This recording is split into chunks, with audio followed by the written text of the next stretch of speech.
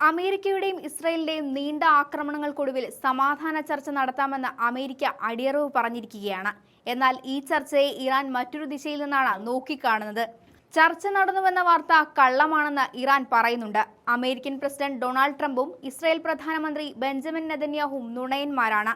Iran മേഖലകളിൽ ജാഗ്രത വേണമെന്നും രാജ്യത്തെ നിയമസഭാംഗം ഉദ്യോഗസ്ഥർക്ക് മുന്നറിയിപ്പ് നൽകുന്നുണ്ട്. ചർച്ചകൾ നടക്കുമ്പോൾ തന്നെ സൈനിക നടപടികളുമായി മുന്നോട്ടുപോയ യുഎസിന്റെയും ഇസ്രായേലിന്റെയും മുൻ നടപടികൾ ചൂണ്ടിക്കാട്ടിക്കൊണ്ടായിരുന്നു അദ്ദേഹം ഇക്കാര്യം പറഞ്ഞത്. വാഷിംഗ്ടൺ ഇപ്പോൾ മുന്നോട്ട് വയ്ക്കുന്ന ചർച്ചകൾ വെറും വഞ്ചനയാണ്. യുഎസുമായി ഏതെങ്കിലും തരത്തിലുള്ള ചർച്ചകളിൽ ഏർപ്പെടുന്നതിന് മുൻപ് ഉദ്യോഗസ്ഥർ ബുദ്ധിപൂർവ്വം ചിന്തിക്കണം. പാർലമെന്റിലെ ദേശീയ സുരക്ഷാ സമിതി അംഗവും സൈനിക മേധാവിയുമായ മേജർ ജനറൽ ഇസ്മായിൽ കൗസാരിയാണ് ഇക്കാര്യം വ്യക്തമാക്കുന്നത്.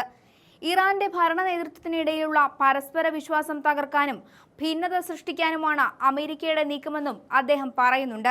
അതേസമയം ഹോർമൂസ് കടലിടുക്കിൽ അമേരിക്കയുടെ കടുത്ത നിലപാടുകളിൽ മാറ്റം വന്നതായി ഇറാനിയൻ പരമോന്നത നേതാവിന്റെ പ്രതിനിധി സയ്യിദ് ജലീലി പറഞ്ഞു. സംഘർഷം രൂക്ഷമാകുന്ന സാഹചര്യത്തിൽ യുഎസ് പിന്നോട്ടു പോകുകയാണെന്നും അദ്ദേഹം എക്സിൽ കുറിച്ചിട്ടുണ്ട്. ആദ്യം ഹോർമൂസ് കടലിടുക്ക് ഉടനടി തുറക്കണമെന്ന് അവർ കർശനമായി ആവശ്യപ്പെട്ടു.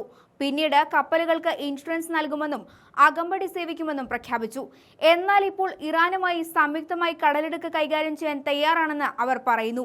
പിൻവാങ്ങലിന് കാരണം ഒന്നു മാത്രമാണ്: ഇറാന്റെ ശക്തി അമേരിക്കയെ യാഥാർത്ഥ്യത്തിലേക്ക് കൊണ്ടുവന്നിരിക്കുന്നുവെന്നും ജലീലി പറയുന്നുണ്ട്.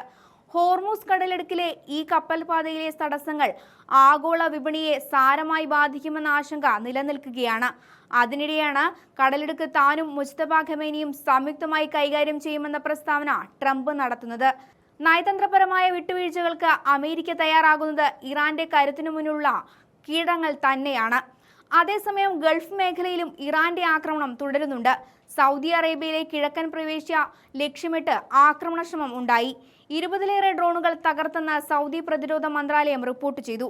കുവൈത്തിലും ബഹ്റൈനിലും ഇറാൻ ആക്രമണ ശ്രമം നടത്തി. ബഹ്റൈനിൽ 2 തവണ അപായ സൈറൻ ഉണ്ടായി. കുവൈറ്റിൽ 2 തവണ ആക്രമണം ഉണ്ടായി. ആക്രമണത്തിൽ 7 വൈദ്യുത ലൈനുകൾ തകർന്നു. ഇതിനു പുറമെ റിയാദ് മേഖലയെ ലക്ഷ്യമാക്കി 2 ബാലിസ്റ്റിക് മിസൈലുകൾ വിക്ഷേപിച്ചതായും സൈന്യം കണ്ടെത്തിയിട്ടുണ്ട്. അതിനിടെ യുദ്ധസമാനമായ സാഹചര്യങ്ങൾ കാരണം UAE ഉൾപ്പെടെയുള്ള ഗൾഫ് രാജ്യങ്ങളിലെ പ്രവാസി കുടുംബങ്ങൾ സാമ്പത്തിക പ്രതിസന്ധിയിലാണ്. വിദ്യാലയങ്ങൾ ഓൺലൈൻ പഠനം നീട്ടിയതും പരീക്ഷകൾ മാറ്റിവെച്ചതും പലരെയും പെട്ടെന്ന് നാട്ടിലേക്ക് മടങ്ങാൻ പ്രേരിപ്പിക്കുകയാണ്. എന്നാൽ വിമാന സർവീസുകളുടെ കുറവും അമിതമായ ടിക്കറ്റ് നിരക്കും ഇവർക്ക് തിരിച്ചടിയാകുന്നുണ്ട്. നിലവിൽ 30% വിമാനങ്ങൾ മാത്രമാണ് സർവീസ് നടത്തുന്നത്. മറ്റ് ഇന്ത്യൻ നഗരങ്ങളിലേക്ക് കുറഞ്ഞ നിരക്കിൽ ടിക്കറ്റ് ലഭിക്കുമ്പോൾ കേരളത്തിലേക്കുള്ള യാത്രക്കാർക്ക് വൻ തുക നൽകേണ്ടി വരുന്നത് വലിയ വിവേചനമായാണ് പ്രവാസികൾ കാണുന്നത്. യുദ്ധം സമാധാന ചർച്ചകളിലേക്ക് കടന്നുവെന്ന് പറയുമ്പോഴും അമേരിക്കയുടെ ഗൂഢതന്ത്രങ്ങൾ എന്തെന്ന് വ്യക്തമല്ല. സൈനികപരമായും ബുദ്ധിപരമായും നീങ്ങുന്ന ഇറാന് മുന്നിൽ അമേരിക്ക തോൽവി സമ്മതിക്കുന്നത് മറ്റൊരു രീതിയിൽ ആക്രമിക്കാനാണോ എന്നാണ് ലോകരാജ്യങ്ങൾ ചർച്ച ചെയ്യുന്നത്. ആക്രമണങ്ങൾ ഇനി ഉണ്ടാകാതിരിക്കട്ടെ എന്ന് കൂടുതൽ ആഗ്രഹിക്കുന്നത് ഗൾഫ് മേഖലയാണെന്ന് പറയേണ്ടി വരും.